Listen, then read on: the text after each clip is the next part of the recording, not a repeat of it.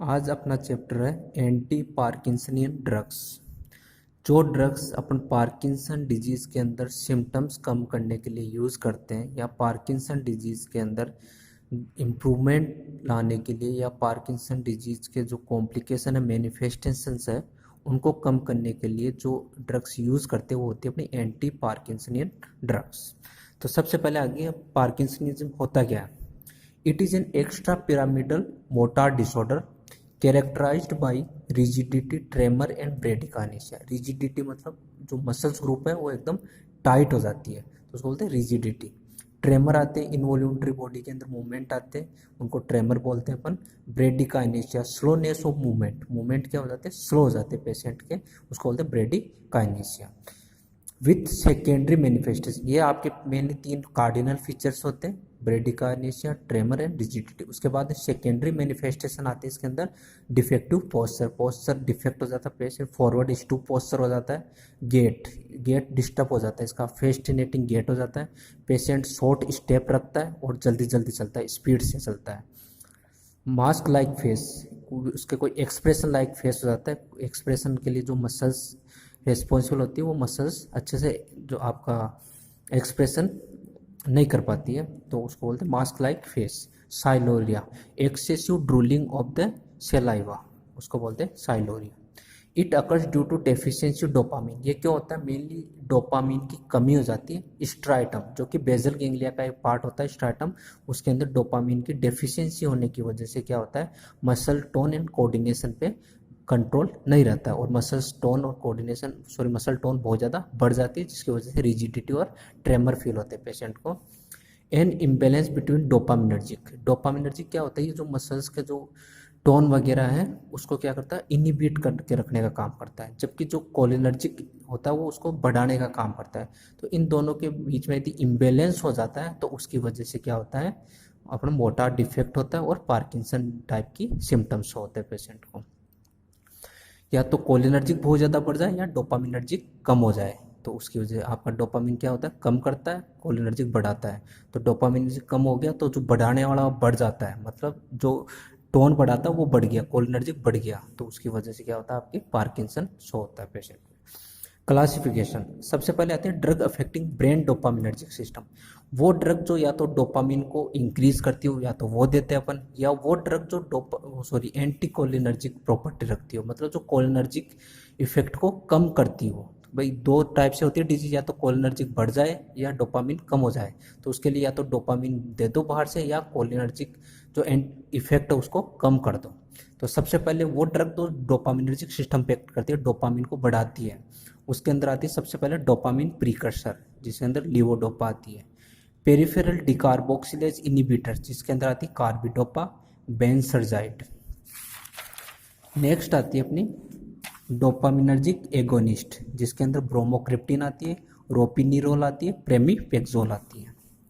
MAO-B inhibitor से ये मोनोअमाइनो oxidase क्या करता है, बॉडी के अंदर जो डोपामिन वगैरह है ब्रेन के अंदर उसको क्या करती है, रिमूव आउट करने का काम करती है, उससे बॉडी से बाहर करने का काम करती है। तो इनिबिटर देंगे तो बाहर नहीं होगा, ब्रेन के अंदर अच्छे अमाउंट में प्रेजेंट होगा, उसकी वजह से जो आपका डोपामिन कम होने की वजह से जो हो रहा था अब नहीं होगा क्योंकि आपने इनिबिटर दे दिया। इनिबिटर का क्या काम होता है, जो मोनो अमाइनो ऑक्सीडेज है जो आपका डोपामिन को बाहर निकाल रहा था बॉडी से, जिसका डिग्रेडेशन कर रहा था, अब वो नहीं होगा, डोपामिन बच जाएगा अपना। तो वो आप इसके अंदर एग्जाम्पल आता है सेलेजिलिन। COMT इनिबिटर्स इसके अंदर आता है एंटाकेपोन, टोलकेपोन।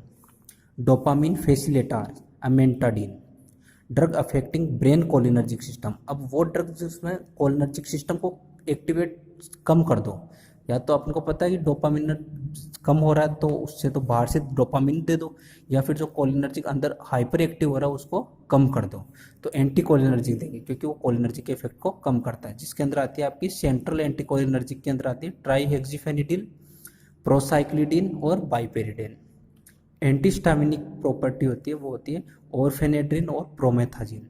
ये जो एंटीहिस्टामिनिक वगैरह ये क्या करती है, आपकी एंटीकोलिनर्जिक साइलोरिया वगैरह जो पार्किंसन के सिम्टम्स है उसको भी कम करती है।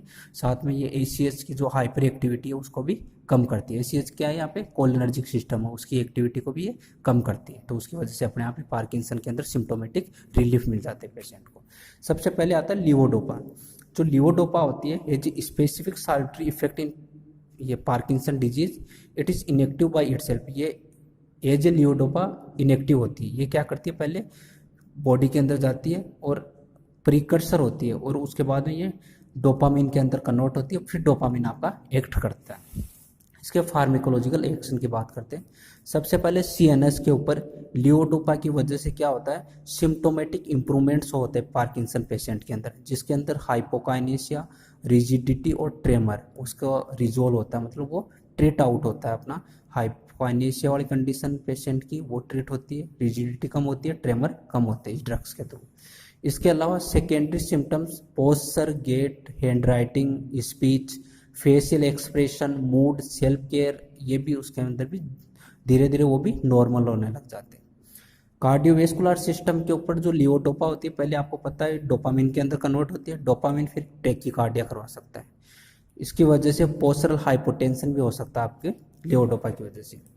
यदि अपन कीमो रिसेप्टर ट्रिगर जोन के ऊपर इफेक्ट देखें इसका, ये क्या होता है, मेडुला ओब्लोंगेटा के अंदर प्रेजेंट होता है, जिसकी स्टिमुलेशन की वजह से क्या होता है, नोजिया वोमिटिंग टाइप की सेंसेशन फील होती है पेशेंट को। तो ये डोपामिन क्या करेगा, इस पर एक्साइटेटरी ट्रांसमीटर का काम करता है, मतलब CTGS पे स्टिमुलेशन का काम करेगा। जैसे ही स्टिमुलेट होता है नोजिया वोमिटिंग टाइप का सेंसेशन फील होगा, पेशेंट को वोमिटिंग हो सकती है। एंडोक्राइन सिस्टम पे ये क्या करेगा, एंटीरियर पिट्यूटरी पे एक्ट करेगा, जिससे प्रोलेक्टिन के रिलीज को तो ये इनहिबिट करता है, लेकिन जो ग्रोथ हार्मोन है उसके रिलीज को इंक्रीज करता है। नेक्स्ट आती है इसकी फार्मेकोकाइनेटिक्स। जो लीवोडोपा होता है rapidly absorb from small intestine, ये स्मॉल इंटेस्टाइन से रेपिडली एब्जॉर्ब होते हैं एक्टिव ट्रांसपोर्ट के थ्रू, मतलब इसमें एनर्जी की जरूरत पड़ती है। ये हाई फर्स्ट फास्ट मेटाबॉलिज्म में जाता है। प्लाज्मा टी आप इसका 1 से 2 घंटे का होता है। इसके जो मेटाबोलाइट्स होते हैं वो यूरिन के थ्रू एक्सक्रीट आउट होते हैं। इसके एडवर्स इफेक्ट, यदि अपन थेरेपी को स्टार्ट कर रहे हैं, लीवोडोपा भी स्टार्ट कर रहे हैं ड्रग, तब क्या होता है, नोजिया एंड वोमिटिंग हो सकता है, क्योंकि आपको ये CTZ सेंटर को स्टिमुलेट करता है, आपको पता है। पोस्चरल हाइपोटेंशन हो सकती है, अपन ने देखा था कार्डियोवेस्कुलर सिस्टम में टेकीकार्डिया पोस्चरल हाइपोटेंशन होता है। कार्डिक अरिथमिया हो सकता है। एक्सासर्बेशन ऑफ एंजाइना, एंजाइना का पेन बढ़ सकता है एंजाइना वाला। अल्ट्रेशन टेस्ट सेंसेशन, टेस्ट के सेंसेशन चेंज हो सकते हैं पेशेंट की। यदि थेरेपी लंबी चल गई उसके बाद में क्या क्या इफेक्ट आ सकते हैं, abnormal movement, facial tics, face की मसल्स के अबनॉर्मल कॉन्ट्रैक्शन होना, ग्राइमेसिंग, जो लिप्स है उसके अबनॉर्मल मूवमेंट होना, कोरियोथेटोइड मूवमेंट, ये जर्की टाइप के मूवमेंट होते हैं बॉडी के, अब इनवॉल्यूंटरी मूवमेंट होते हैं भी, तो ये इस टाइप के मूवमेंट्स होना। बिहेवियर इफेक्ट के अंदर एंजाइटी, रात को सपने आना अजीब बुरे टाइप के, डिप्रेशन, मेनिया, हेल्यूसिनेशन टाइप के पेशेंट को एडवर्स इफेक्ट शो हो सकते हैं। फ्लक्चुएशन मोटार परफॉर्मेंस, जो मोटार परफॉर्मेंस है उसके अंदर डिस्टर्बेंस होना। नेक्स्ट आती है अपनी ब्रोमोक्रिप्टिन। ब्रोमोक्रिप्टिन क्या होती है, एर्गोट डेरिवेटिव होती है, जो मेनली आपके D2 रिसेप्टर पे एगोनिस्ट का काम करती है, जबकि D1 पे ये मेनली पार्शियल एगोनिस्ट या एंटागोनिस्ट का काम करती है। मतलब मेनली ये D2 रिसेप्टर होते हैं, उससे जाके बाइंड होती है, फिर अपना एक्शन शो करती है। जो पार्किंसंस जो सिम्टम्स है उसके अंदर ये इम्प्रूवमेंट शो करती है। यदि अपन ओरल डोज देते हैं इसकी, तो ये आधे से 1 घंटे के बीच में अपना अच्छा खासा इम्प्रूवमेंट शो कर देगी पार्किंसन डिजीज़ के अंदर। इसका जो इफेक्ट होता है 6 से 10 घंटे का होता है, मतलब 6 से 10 घंटे तक इसका इफेक्ट रहता है ड्रग का। इसके साइड इफेक्ट्स हो सकते हैं अपने, वोमिटिंग हो सकती है, हेल्यूसिनेशंस हो सकता है, मतलब हेल्यूसिनेशन बताया था आपको, ना होते हुए अपन को फील होना, अपन को लगना है कि यहाँ कुछ है। जैसे आपको एग्जांपल बताया था, कोई आपने पीछे मुड़ के देखा एकदम से कि कोई आवाज़ लगा रहा है, लेकिन वहाँ कोई नहीं था, किसी ने आवाज़ नहीं लगाई, ये आपका हेल्यूसिनेशंस है। मतलब ना किसी ने आवाज़ लगाई फिर भी आपको लगा कि किसी ने आवाज़ लगाई। हाइपोटेंशन हो सकती है patient, nasal stuffing, nasal stuffing का मतलब नेजल कंजेशन, जिसके अंदर जुकाम टाइप का, मतलब वो जाम सा हो जाना नाक। कंजक्टाइवल इंजेक्शन, आंखें एकदम रेड रेड हो जाना।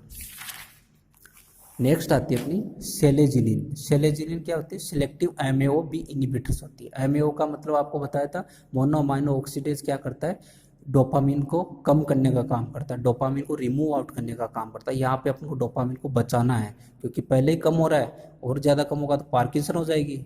तो अपन को यहाँ पे बचा के पार्किंसन को ट्रीट आउट करना, तो इनिबिटर देंगे, MAO भी इनिबिटर देंगे। इनिबिटर देते ही बॉडी के अंदर MAO कम हो जाएगा और जो आपका डोपामिन बाहर निकाला था MAO, डोपामिन को बचाने का काम हो जाएगा। यहाँ पे डोपामिन बाहर नहीं निकल पाएगा, डोपामिन ज़्यादा से ज़्यादा बच जाएगा आपके स्ट्राइटम में। ये आपकी एंटी पार्किंसनियन प्रॉपर्टी रखती है। इसको यदि अपन लियोडोपा के साथ में भी एडमिनिस्ट्रेशन करते हैं तो लियोडोपा का जो एक्शन है वो लंबे टाइम तक हो जाएगा। मतलब जैसे कोई ड्रग 3 घंटे के लिए काम करी हो तो वो 5-6 घंटे के लिए काम करने लग जाएगी लियोडोपा। एडवर्स इफेक्ट आते हैं, पोस्टरल हाइपोटेंशन हो सकती है, नोजिया हो सकती है, कन्फ्यूजन हो सकती है, इनवॉल्यूंटरी मूवमेंट आ सकते हैं। नेक्स्ट आ जाओ अमेंटाडीन। ये आपकी एंटीवायरल ड्रग जब इंट्रोड्यूस किया गया था इसको, तो ये एंटीवायरल ड्रग में इंट्रोड्यूस किया गया था। इसको इन्फ्लुएंजा A2 के अंदर यूज़ किया गया था, लेकिन आजकल इसके बेनिफिट पार्किंसन डिजीज़ के अंदर भी देखने को मिलते हैं। इसके साइड इफेक्ट आते हैं इंसोम्निया, नींद नहीं आती पेशेंट को, dizziness, confusion, nightmares, rarely hallucination type का, ये होते हैं इसके साइड इफेक्ट्स।